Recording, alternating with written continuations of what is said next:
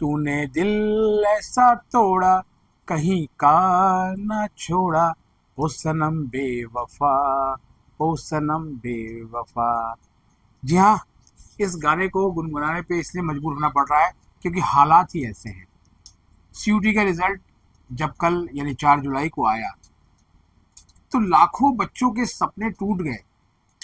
और टूट क्या गए, वो टूट कर बिखर गए वो सपने, जो सपने उनके और उनके पेरेंट्स ने लग साल भर पहले देखा था। एक ड्रीम कॉलेज में जाने का सपना, वो अब बिखरता हुआ दिखाई दे रहा है। और शायद इसीलिए ये पंक्तियां जो है वो गाने की गुनगुनाने पे मजबूर होना पड़ रहा है, क्योंकि सीयूटी के जिस प्यार में सारे हुक्मरान हैं, उसके अलावा तमाम विश्वविद्यालय हैं, वो इसके आभा मंडल से निकलने का नाम नहीं ले रहे हैं और विद्यार्थी सिसक सिसक के मजबूर हैं। और जब रिजल्ट आया है वो तो बिल्कुल ऐसा है जिसने कि आपको ठग लिया। एक गाना था नैना ठग लेंगे, जी हाँ, नैना नहीं, ये एनटीए ने ठग लिया है। और ये ठगा क्या है कि नॉर्मलाइजेशन के नाम पर जो मैसिव डिडक्शन हुआ है उसका कोई तुक समझ में नहीं आ रहा। बड़े बड़े विशेषज्ञ नहीं समझ पा रहे हैं।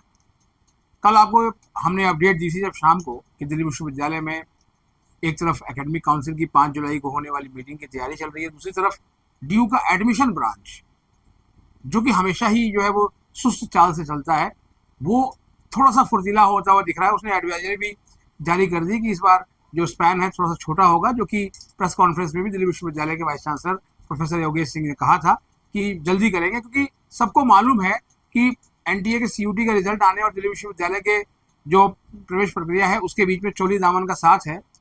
और विश्वविद्यालय की चाल जो है वो जब से सीयूटी आया है तो तकनीक के नाम पर जो है वो रफ्तार बहुत धीमी रही है, और नतीजा ये हो कि एडमिशन प्रोसेस बहुत लंबा खिंचता है और बावजूद इसके सीटें खाली रह जाती हैं।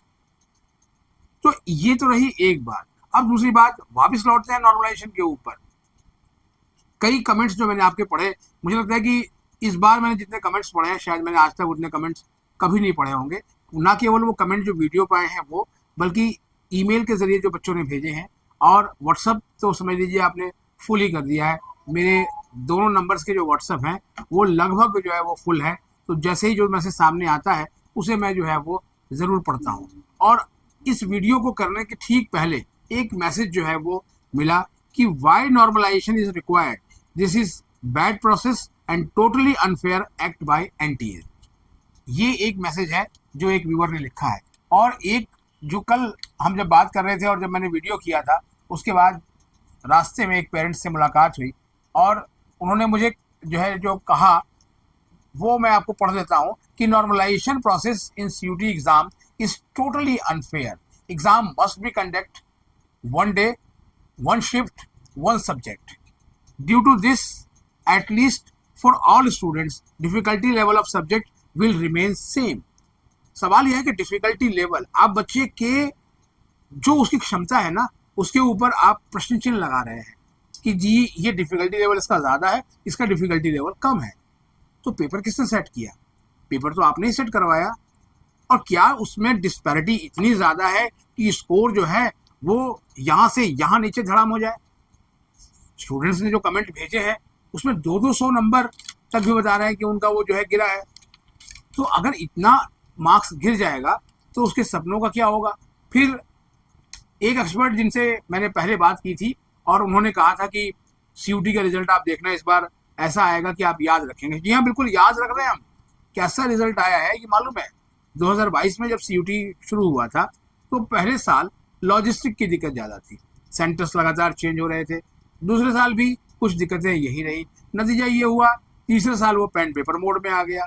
और पेन पेपर मोड की दिक्कतें ये थी कि जो बच्चों की जो शीट्स हैं वो एक चैनल ने दिखाया कि कहीं पर वो बिखरी हुई हैं, और उसके बाद से जो है वो हंगामा मचा और कहा गया कि अब जो एग्ज़ाम है वो सीबीटी मोड में होंगे।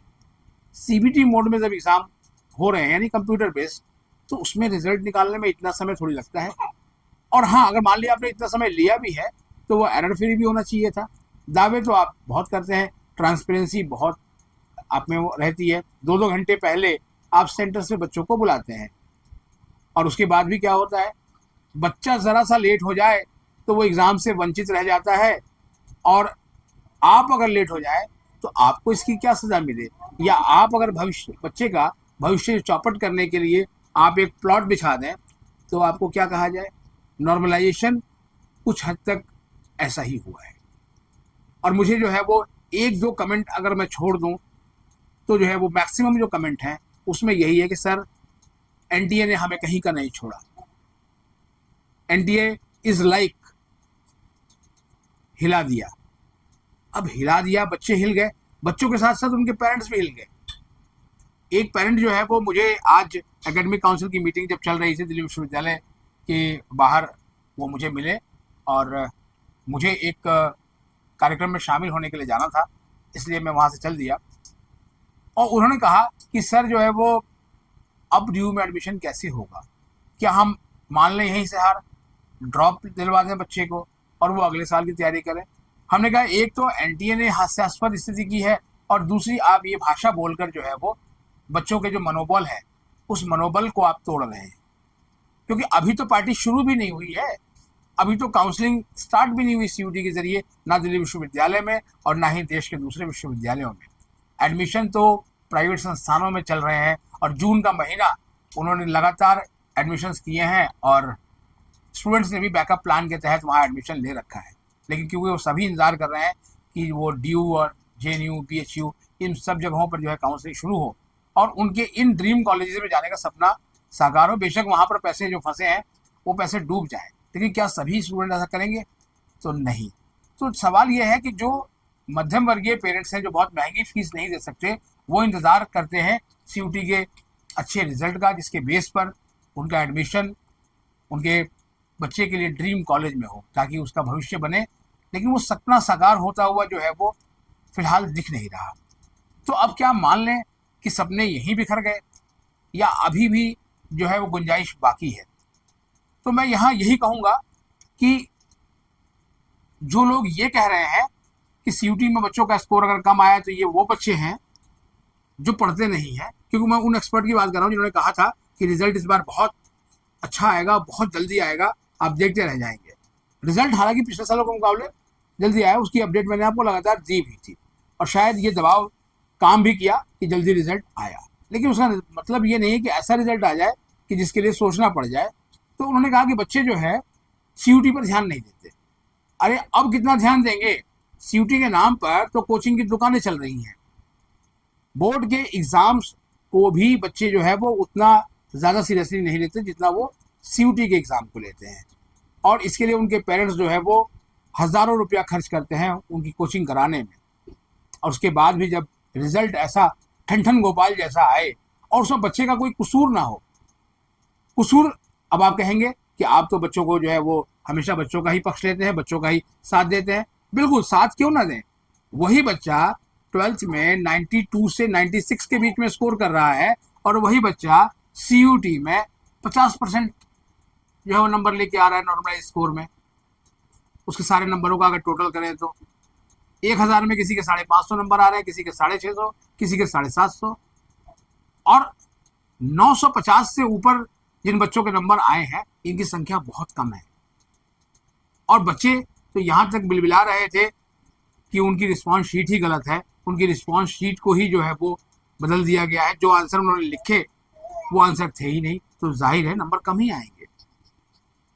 अब आते हैं उस सवाल पर जो उन पेरेंट्स ने कहा था कि क्या ड्रीम शैटर्ड हो गए। मैं कहूँगा ड्रीम अभी आपका शैटर्ड नहीं हुआ, सपना अभी टूटा नहीं है, अभी आपके मनोबल टूटने की भोर अभी हुई नहीं है, इसलिए आप बिल्कुल कूल रहिए। सबसे पहली चीज़ ये है कि अभी आपके बच्चे का सीयूटी स्कोर आया है, इसके बाद तमाम विश्वविद्यालयों में काउंसलिंग शुरू होगी। दिल्ली विश्वविद्यालय में फर्स्ट फेज के रजिस्ट्रेशन चल रहे हैं, सेकेंड फेज शुरू होने ही वाला है, तो आप काउंसलिंग में भाग लीजिए, क्योंकि किसी को नहीं पता कि कट ऑफ कितना जाएगा।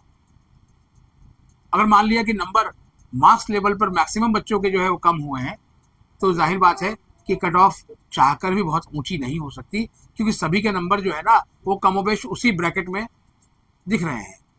फिलहाल अभी एक आध दिन और लगेंगे इन सब चीज़ों को एनालिसिस करने में, लेकिन अभी से आप ये मत सोचिए कि आपका सपना टूट गया।